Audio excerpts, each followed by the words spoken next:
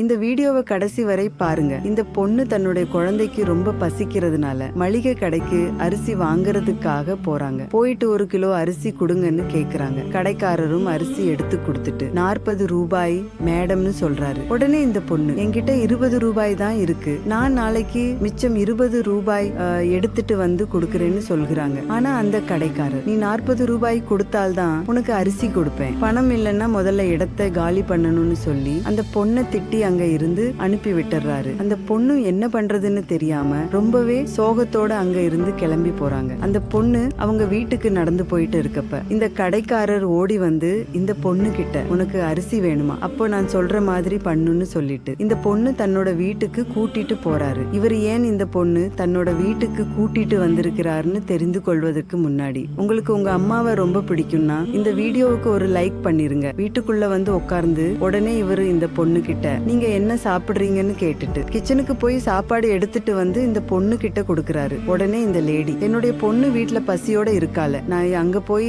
சாப்பிட்டோக்கறன்னு சொல்றாள். அதுக்கு இவரு, இந்த சாப்பாட்டை நீங்க சாப்பிடுங்க, நான் டிபன் பாக்ஸ்ல உங்க பொண்ணுக்கு சாப்பாடு பார்சல் பண்ணி எடுத்துட்டு வந்திருக்கேன், நீங்க இதை எடுத்துட்டு போய் உங்க பொண்ணு கிட்ட கொடுங்கன்னு சொல்றாரு. அதுக்கப்புறமா இந்த லேடி அவர்கிட்ட இருந்து அந்த சாப்பாட்டை வாங்கி ரொம்பவே பசியோட வேகமா சாப்பிடுறாங்க. அவங்க சாப்பிட்டு முடிச்சதுக்கு அப்புறம் இவரு அந்த லேடி கிட்ட, நீங்க எங்க வேலை பாக்குறீங்கன்னு கேக்குறாரு. அதுக்கு அந்த லேடி, எனக்கு எங்கேயுமே வேலை கிடைக்கல, அப்படியே வேலை கிடைச்சாலும் அங்க இருக்க ஆண்கள் என்கிட்ட தப்பா நடந்துக்கிறாங்க, அதனால எனக்கு வேலைக்கு போகவே பிடிக்கல, ரொம்ப கஷ்டமா இருக்குன்னு சொல்றாங்க. உடனே இவரு, என்னுடைய கடையில வேலைக்கு ஆட்கள் தேவைப்படுது, மாசம் 15,000 சம்பளம், உங்களுக்கு விருப்பம் இருந்தால் நீங்க என்னுடைய கடைக்கு வேலைக்கு வாங்கன்னு சொல்றாரு. அதை கேட்ட உடனே அந்த லேடியும் கையெடுத்து கும்பிட்டு ரொம்ப நன்றி சார்னு சொல்லிட்டு அங்க இருந்து கிளம்பி போறாங்க. இந்த கடைக்காரர் இந்த லேடிக்கு உதவின செயல் உங்களுக்கு பிடிச்சிருந்தா இந்த வீடியோவுக்கு ஒரு லைக் போட்டு கமெண்ட்ல சூப்பர்னு கமெண்ட் பண்ணுங்க.